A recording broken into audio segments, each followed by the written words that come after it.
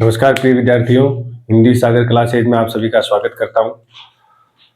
आज हम कक्षा 12 के लिए एक नया टॉपिक लिए और उसका नाम है अलंकार, जो परीक्षा में एक प्रश्न पक्का आता है।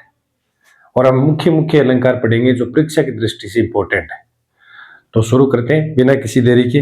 तो सबसे पहले देखना कि अलंकार की परिभाषा क्या है।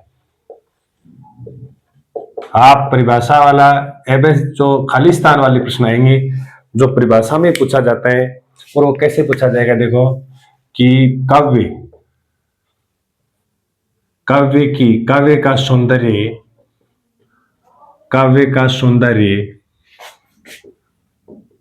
शब्दों से, काव्य का सौंदर्य जिन शब्दों से बढ़ता है उन्हें अलंकार कहते हैं। क्योंकि अलंकार शब्द जो है नहीं, वो अलम और कार, ये ध्यान रखना। अलम का मतलब होता है शोभा और कार का मतलब होता है करने वाले। यानी वो शब्द जो काव्य की शोभा करते हैं उन्हें क्या कहते हैं? अलंकार। तो इसकी एक परिभाषा और देख लेना। काव्य की शोभा करने वाले, काव्य की शोभा करने वाले की जगह बढ़ाने वाले लिखो। काव्य की शोभा बढ़ाने वाले तत्वों को अलंकार कहते हैं। परीक्षा में कैसा पूछा जाएगा? इनमें से एक गायब कर देंगे कि काव्य की शोभा बढ़ाने वाले तत्वों को खालिस्तान दे देंगे। यहाँ पर खालिस्तान क्या कहते हैं? तो आपको क्या करना है, उसमें उत्तर क्या भरना है? अलंकार कहते हैं। ठीक है, जो काव्य की क्या करता है? शोभा बढ़ाता है। अलंकार शोभा कारक धर्म नहीं है, अलंकार शोभा बढ़ाता है। यानी जैसे कोई जो शब्द है, जो अलंकार है, जो किसी कविता या काव्य में प्रयोग हो जाए तो कविता और ज्यादा क्या बन जाती है? सौंदर्य की वृद्धि हो जाती है, कविता और ज्यादा रुचिकर हो जाती है। जैसे आभूषण है वो सुंदर नहीं होता है, आभूषण क्या करता है? नारी की शोभा बढ़ाता है। जो भी उनको पहनता है उनकी क्या बढ़ जाती है? शोभा बढ़ जाती है। तो आभूषण नारी की शोभा बढ़ाता है, वैसे अलंकार किसकी शोभा बढ़ाते हैं? काव्य या कविता की शोभा बढ़ाते हैं। आगे चले तो अलंकार के भेद तो पूछा, एक तो ये परिभाषा पूछी जाएगी, एक देखो अलंकार के भेद। तो भेद में आपको क्या करना है? कितने भेद हैं? अलंकार की 3 भेद हैं। 3 भेद याद रखें। अलंकार के कितने भेद? 3 भेद ही करने आपको। 3 भेदों में सबसे पहला भेद लिखो। सबसे पहला भेद का नाम है शब्दालंकार। पहला भेद का नाम है शब्दालंकार। और शब्दालंकार कहते किसे? तो वो इतनी कोई कठिन परिभाषा नहीं है। काव्य का सौंदर्य जब शब्दों से बढ़ता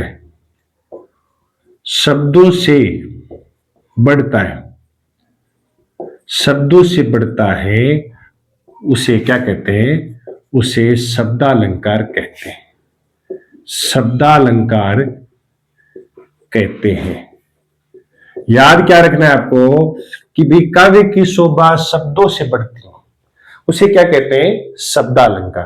कहने का अर्थ यह है कि जब कोई पंक्ति में, काव्य में शब्द आता है और शब्द का पर्यायवाची रखने पर अलंकार नष्ट हो जाता है, तो समझ लीजिए वहां पर किसका महत्व है? शब्द का महत्व है। अगर शब्द का पर्यायवाची रख दिया तो अलंकार नष्ट हो जाएगा। तो वो कौन सा अलंकार? शब्दालंकार। ठीक है। और अगर पर्यायवाची रखने पर कोई प्रभाव नहीं पड़े तो वो होता है अर्थालंकार। इनमें जैसे लिखें तो कौन कौन से होते शब्दालंकार?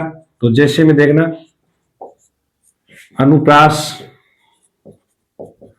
अनुप्रास होता है, श्लेष शब्दा भी होता है और उभय भी होता है। ठीक है। और तीसरा अलंकार है यमक। ये क्या है? तीनों अलंकार शब्दालंकार है, यानी इनमें शब्दों का महत्व है, इसलिए ये क्या है? शब्दालंकार। आगे आपको उदाहरण से बताएंगे। दूसरा देखो, अप्रेक्षा में ऐसा आएगा कि काव्य का सौंदर्य जब शब्दों से बढ़ता है, काव्य की शोभा जब शब्दों से बढ़ती है, तो उसे खालिस्तान, यहाँ शब्दालंकार गायब कर देंगे, रेखांक यहाँ पर क्या दे देंगे? डॉट डॉट रिक्त स्थान दे देंगे आपको। तो यहां पर आपको भरना क्या है? शब्दालंकार। उत्तर में क्या लिखना है आपको? फिर यहाँ पर शब्दालंकार कहते हैं, शब्दालंकार कहते हैं, ये आपको यहां लिखना है। ठीक है भाई, खालिस्तान आपको अगर देंगे तो उसमें एक शब्द गायब कर देंगे, तो आपको पूरी परिभाषा याद रहनी चाहिए। ठीक। दूसरा भेद देखो, दूसरे का नाम है अर्थालंकार। अर्थालंकार में शब्द का कोई महत्व नहीं है, यानी एक शब्द जो आ गया उसकी जगह उसका पर्यायवाची भी रख सकते हैं। अर्थालंकार, अर्थालंकार की क्या परिभाषा है? देखो देखो, जहां काव्य की शोभा, काव्य की शोभा शब्द से न होकर अर्थ पर आधारित होती है, अर्थ पर आधारित होती है। काव्य की शोभा शब्द पर आधारित न होकर क्या होती है? अर्थ पर आधारित होती है, उसे उसे अर्थालंकार कहते हैं, उसे अर्थालंकार कहते हैं, अर्थालंकार कहते हैं, उसे क्या कहते हैं? अर्थालंकार। कक्षा 12 जो बोर्ड के एग्जाम दे रहे हैं, जिनका पेपर है हिंदी अनिवार्य का, उनकी दृष्टि से ये क्लास बहुत महत्वपूर्ण है। एक बार जरूर देख लें और इसको सुन लें। नोट्स बनाएं तो नए बनाएं, कोई दिक्कत नहीं है, क्योंकि आपके पास समय कम है और इनको एक बार दो बार आप पढ़ेंगे तो याद हो जाएगा। बोर्ड एग्जाम की दृष्टि से महत्वपूर्ण है, बाकी सबके लिए ये, लेकिन मुख्यतः मैं आप कक्षा 12 में आने वाले अलंकार करवा रहा हूं। वैसे अलंकार कोई भी कंपटीशन एग्जाम जो हिंदी जो सेकंड ग्रेड से तैयारी कर रहा है उनके लिए, फर्स्ट ग्रेड कर रहा है उनके लिए, या अन्य जो क्लासों में पढ़ते बच्चे उनके लिए, तो कोई भी पढ़ सकते हैं। तो सबके लिए मुख्यतः ये कक्षा 12 के लिए जिनका अभी एग्जाम है, अर्थालंकार कहते हैं। कौन कौन से होते हैं? जैसे जहां पर शब्दों का महत्व नहीं है, यानी शब्द का अगर मान लो जैसे नदी का पर्यायवाची शब्द सरिता रख दिया, कोई प्रभाव नहीं पड़ेगा। अगर नदी का शब्द, नदी शब्द हटा करके उसका पर्यायवाची सरिता रख दिया, प्रभाव पड़ता है तो शब्दालंकार, प्रभाव नहीं पड़ता है तो अर्थालंकार। इसमें देखो अर्थालंकार में कौन से थे? एक तो उपमा, उपमा है, रूपक है, और अतिशयोक्ति है, अतिशयोक्ति, विभावना, विभावना, संदेह है, संदेह है, भ्रांतिमान, भ्रांतिमान, भ्रांतिमान। ठीक है। ये जो अन्य जो अलंकार हैं, चाहे उत्प्रेक्षा, उत्प्रेक्षा भी ले सकते हैं, उत्प्रेक्षा भी अर्थालंकार, ये सब अर्थालंकार है। ठीक है। उसके बाद तीसरा भेद है, वो कौन सा है? उभयालंकार। उभयालंकार, इसका मतलब उभया का अर्थ है कि जहां काव्य की शोभा, लिखो, जहां काव्य की शोभा, या जब काव्य की शोभा, काव्य की शोभा या सौंदर्य, बात एक ही है, काव्य की शोभा शब्द व अर्थ दोनों से होती है, दोनों से बढ़ती, दोनों से बढ़ती है, उसे, दोनों से बढ़ती है उसे या उन्हें उभयालंकार कहते हैं, उभयालंकार कहते हैं, कर कहते हैं। याद रखना, उभयालंकार कहते हैं। अब उभयालंकार में कौन कौन से अलंकार है? तो आपको दो अलंकार याद रखने हैं, एक है श्लेष अलंकार जो उभयालंकार है, और एक वक्रोक्ति अलंकार है, ये भी उभयालंकार है। वक्रोक्ति, वक्रोक्ति अलंकार, वक्रोक्ति अलंकार है, ये भी उभय अलंकार है, क्योंकि श्लेष वक्रोक्ति का आपको दो थी, शब्द श्लेष और अर्थ श्लेष होता है, इसलिए श्लेष है वो क्या है, शब्दालंकार भी है और श्लेष उभय अलंकार भी। अब परीक्षा में दोनों विकल्प आते हैं कई बार, तो कौन सा करना है, श्लेष उभय अलंकार, क्योंकि श्लेष में शब्द भी, उभय में शब्द भी आ गया, और अकेला अगर उभय अलंकार विकल्प नहीं हो तो शब्दालंकार, लेकिन श्लेष शब्द में भी होता है और श्लेष से अर्थ में भी होता है, इसलिए इनको क्या कहते हैं, उभय अलंकार कहते हैं। श्लेष मुख्यतः पढ़ा जाए तो उभय में पढ़ा जाता है, बाकी हम शब्द में भी पढ़ते हैं। तो इस प्रकार से अलंकार के कितने भेद है, 3 भेद है। इन तीनों भेदों में से जो कक्षा, यहां तक तो सब कंपटीशन एग्जाम की तैयारी करने वाले जितने भी क्लासों में पढ़ते बच्चे उन सब के लिए, अब हम आगे जो अलंकार लेंगे वो कक्षा 12 में आने वाले अलंकारों को ही पढ़ेंगे। सबसे पहला अलंकार है वो कौन सा है, अनुप्रास अलंकार लेते हैं। सबसे पहला अलंकार कौन सा लेते हैं, अनुप्रास अलंकार। तो अलंकार क्या है, काव्य की शोभा बढ़ाने वाले हैं। अलंकार खुद है नहीं, वो शोभा कारक नहीं है, अलंकार खुद सुंदर नहीं है। अलंकार तो क्या करता है, किसी की शोभा बढ़ाता है। तो जैसे आभूषण एक नारी की शोभा बढ़ाते हैं, वैसे अलंकार कविता या काव्य की शोभा बढ़ाते हैं। इनको आप 2-3 बार आप जरूर देखें, आपके एक भी प्रश्न गलत नहीं जाएगा। जैसे सबसे पहले हम अलंकार करते हैं वो कौन सा है, अनुप्रास। और अनुप्रास के बारे में 2 प्रकार से प्रश्न पूछा जाता है, या तो रिक्त स्थान देकर पूछेंगे या कोई एक उदाहरण देंगे उसमें पूछेंगे कौन सा अलंकार है। ठीक है, तो देखो इसमें परीक्षा में याद कैसे करना है परीक्षा की दृष्टि से, कि एक ही वर्ण की आवृत्ति होती है, की आवृत्ति, कई बार आवृत्ति होती है, या एक ही वर्ण की आवृत्ति या आवृत्ति बार बार होती है। कैसे भी पूछ सकते हैं, आवृत्ति का अर्थ ही बार बार है, आवृत्ति बार बार होती है, बार बार होती है। एक ही वर्ण की आवृत्ति ऐसे लिख लो, चाहे एक ही वर्ण की बार बार की जगह ऐसे लिख लो, आवृत्ति 2 या 2 से अधिक बार होती है। बार बार वाला भी गलत नहीं है, 2 या 2 से अधिक बार होती है, बार होती है। यानी कोई भी एक वर्ण है वो 2 या वर्ण है, ध्यान रखना। परीक्षा में जल्दबाजी में क्या करते हैं, कोई भी एक शब्द की आवृत्ति ऐसे करते अलंकार नष्ट हो जाएगा, यानी अनुप्रास की परिभाषा नहीं होगी। एक ही वर्ण की आवृत्ति, और आवृत्ति या आवृत्ति 2 या 2 से अधिक बार, ठीक है, एक ही वर्ण की आवृत्ति 2 या 2 से अधिक बार होती है। इसमें एक शब्द हटा लेना, कोई सा भी, आवृत्ति एक ही रख लो, एक ही वर्ण की आवृत्ति 2 या 2 से अधिक बार, ठीक है। आवृत्ति लिख सकते हैं या शब्दों की आवृत्ति लिख सकते हैं, वर्णों की आवृत्ति लिख सकते हैं, या आवृत्ति 2 या 2 से अधिक बार, बार बार, कैसे भी आ सकता है परीक्षा में। तो आप इतना याद रख ले, आवृत्ति 2 या 2 से अधिक बार होती है, उसे क्या कहते हैं, उसे आगे डॉट डॉट कर देना, अनुप्रास अलंकार कहते हैं। जैसे उदाहरण लिख रहा हूं मैं, उदाहरण देखना कैसा आता है परीक्षा में।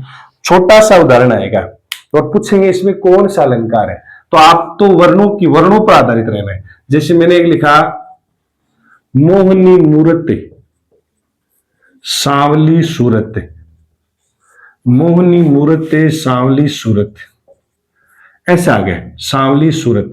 अब पूछेंगे इसमें अलंकार कौन सा है, तो देखो एक मैं वर्ण है, वापस मैं वर्ण है, वो मैं वर्ण है, 2 बार आ गए मैं 1 बार और 2 बार, यहां से 1 बार आए, से फिर दूसरी बार है, यानी एक वर्ण है वो 2 बार, फिर एक वर्ण वापस 2 बार, तो इसमें कौन सा अलंकार, अनुप्रास अलंकार।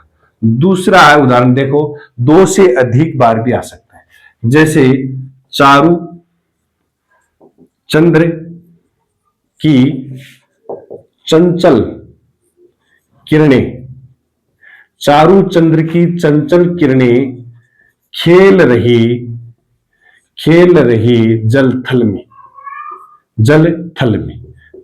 थल में। इसमें पूरा 2 लिखने की जरूरत नहीं है। चारु चंद्र की चंचल किरणें खेल रही जल थल में, और स्वच्छ चांदनी बिछी हुई है अवनी और अंबर तल में। ऐसा पूरा पढ़ने की आवश्यकता नहीं, क्योंकि अलंकार तो यही है। तो यहाँ क्या है, चाहे 1 बार 2 बार 3 बार, तो 2 से अधिक बार आ गया एक वर्ण। वर्ण किस में आएंगे? शब्दों के साथ ही तो आएंगे, अकेले वर्ण नहीं आएंगे कि मैं लिख दिया ऐसे, ऐसा नहीं है। तो ये शब्दों के साथ आ रहे, एक शब्द के साथ चाहिए, दूसरे के साथ चाहिए, ठीक है, दूसरे के साथ चाहे आ गया, तीसरे के साथ चाहे आ गया। यानी कहने का अर्थ है कि ये चय वर्ण की आवृत्ति 2 से ज्यादा था।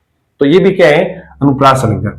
भगवान भक्तों की बैंकर भूरी भित्ति बगाई 1 से ज्यादा बार आ गया, ठीक है। तो कहने का अर्थ यह है कि 2 बार, 2 से अधिक बार, कितनी बार आए? कौन सा अलंकार? अनुप्रास अलंकार। खाली स्थान में पूछ सकते हैं, उदाहरण देके पूछ सकते हैं, और ये 1 से ज्यादा बार वाला भी लिख लो। भगवान भक्तों की बैंकर भूरी भित्ति बगाई। अब देखो इसमें क्या आ रहा है? एक वर्ण 1 बार, 2 बार, 3 बार, 4 बार, 5 बार, 6 बार। तो कितनी बार भी आ सकता है, लेकिन 2 बार तो आना ही चाहिए। 2 बार आ गया तो भी अलंकार, अनुप्रास अलंकार। 3 बार आ गया तो भी अनुप्रास, 4 बार आ गया तो भी अनुप्रास, 5 बार आ गया तो भी अनुप्रास।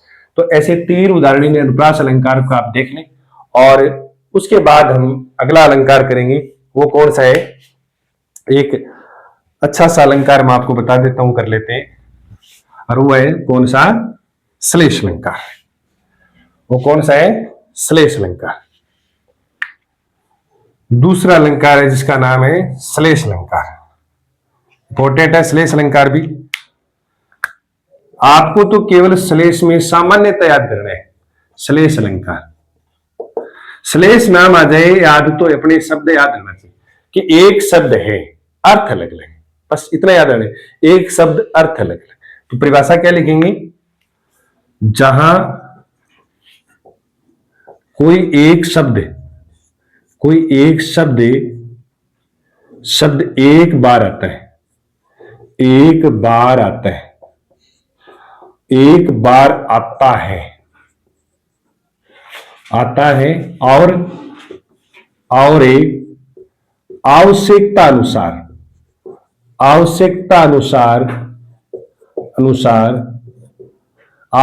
अनुसार अर्थ भिन्न भिन्न होता है।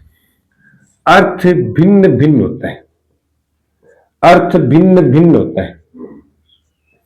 आवश्यकता अनुसार अर्थ भिन्न भिन्न होता है। उसे क्या कहते हैं? उसे अनुप्रास अलंकार कहते हैं। आगे डॉट डॉट कर देना। इनका उदाहरण पढ़ते हैं, कैसे होता है देखो। कि इनका एक उदाहरण है कि पानी गए न उबरे मोती मानुष चून।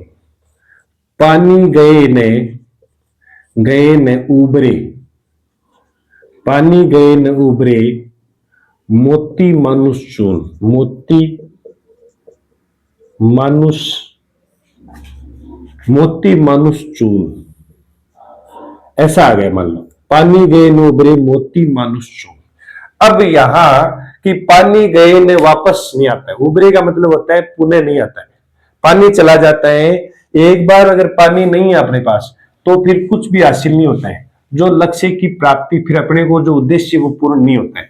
अब पानी का अर्थ यहां अलग अलग लेंगे, किसके अनुसार? आवश्यकता अनुसार। जैसे मान लीजिए पानी शब्द ले लेते हैं, यहां पानी शब्द लिया, और पानी शब्द में जैसे इनका अलग अलग अर्थ ग्रहण करते हैं। जैसे पानी शब्द का अर्थ यहां क्या है? चमक भी है। पानी शब्द का अर्थ यहां मनुष्य भी, इज्जत भी। क्या है? इज्जत भी है। और पानी शब्द का अर्थ यहां क्या है? जल है। कैसे पता चला?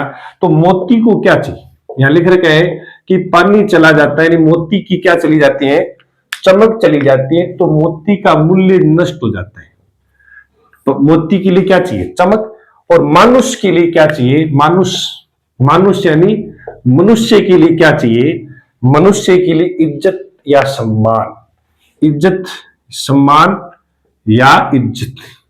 अगर इज्जत व्यक्ति की चली जाती है तो कुछ नहीं बचता है। ऐसे चून के लिए, ऐसे क्या पढ़ेंगे अपन? चून। और चून जो होता है, आटा जो होता है, उसका उद्देश्य भी तभी पूर्ण होता है जब क्या होता है? जल होता है। यहां चून के लिए चमक का कोई मतलब नहीं, यहां मनुष्य के लिए जल का कोई मतलब नहीं, नहीं कोई चमक से। तो देखो पानी का अर्थ है वो मोती के लिए चमक और मनुष्य के लिए इज्जत या सम्मान और चून के लिए जल ले लिया। यानी एक शब्द का अर्थ भिन्न भिन्न हो गया आवश्यकता अनुसार, तो कौन सा अलंकार? श्लेष अलंकार। ठीक है, एक शब्द का अर्थ भिन्न भिन्न, कौन सा अलंकार? श्लेष अलंकार। ठीक है, वैसे तो दो भेद होते हैं, ये शब्द श्लेष है, यानी कहने का मतलब है कि ये शब्द श्लेष है, इसमें अगर इस शब्द को बदल दूं मैं, किसको? इसको, पानी गए नोबरे, जल गए नोबरे मोती मन सुन, तो श्लेष नष्ट हो जाएगा। किसी शब्द का पर्यायवाची रखने पर अगर अलंकार नष्ट होता है तो समझ लो वो क्या है? शब्दालंकार। ठीक है, यहां शब्द, ये शब्दालंकार है, यानी श्लेष में शब्दालंकार है, क्योंकि ये शब्द ही मुख्य है इसमें, इसके अर्थ भिन्न भिन्न है, जल के अर्थ भिन्न भिन्न नहीं होते। ठीक है, तो ये अपने कितने कर लिए? दो अलंकार। यानी कक्षा 12 में आने वाले बोर्ड एग्जाम की परीक्षा, जो परीक्षा होगी, एग्जाम होगा, उनमें से दो अलंकार हमने कर लिए। इंपोर्टेंट अलंकार जो है, एक रह गया उपमा और एक विभावना और फिर एक भ्रांतिमान। वो तीन अलंकार हम और अच्छी तरह से करेंगे। ये दो अलंकार, अलंकार के भेद, पहले तो हमने अलंकार की परिभाषा वो याद रखना, फिर अलंकार के भेद तीन, कौन कौन से? एक तो शब्दालंकार, एक अर्थालंकार, एक उभयालंकार। शब्दालंकार परीक्षा में आता है, देखो, जहां शब्द विशेष में चमत्कार होता है उसे खालिस्तान फिर कहते हैं, तो शब्दालंकार। अर्थ विशेष में चमत्कार अर्थालंकार। और परीक्षा में आने वाला है तो तीसरा देखना कि जहां शब्द व अर्थ दोनों में चमत्कार पाया जाता है, खालिस्तान कहते हैं, तो वो उभयालंकार। तो ये आप तीनों की परिभाषा याद रखनी। तीसरा, दूसरे दो बात होगी। तीसरा है कि अलंकार कौन कौन से होते हैं, वो हमने शब्दालंकार कौन से होते हैं, अर्थालंकार कौन से होते हैं, उभयालंकार कौन से। तो हम शब्दालंकारों में दो अलंकार हमने कर लिए, एक कौन सा? एक कर लिया अनुप्रास और एक कर लिया श्लेष। अब एक रहेगा यमक। और आगे बढ़ते चलेंगे तो अर्थालंकार में विभावना इंपॉर्टेंट है, क्योंकि पीछे परीक्षाओं में आ चुका है, और एक भ्रांतिमान इंपॉर्टेंट है, वो हम करेंगे, विभावना और भ्रांतिमान अलंकार। तो इस प्रकार से अगर अलंकार हो जो अगर आपको अच्छे लगे तो आप जरूर लाइक करना, देखना और सब्सक्राइब जरूर करें चैनल को। और आगे भी आपको अगली क्लास में ये अलंकार मिलेंगे। आज के लिए इतना ही है। जय हिंद।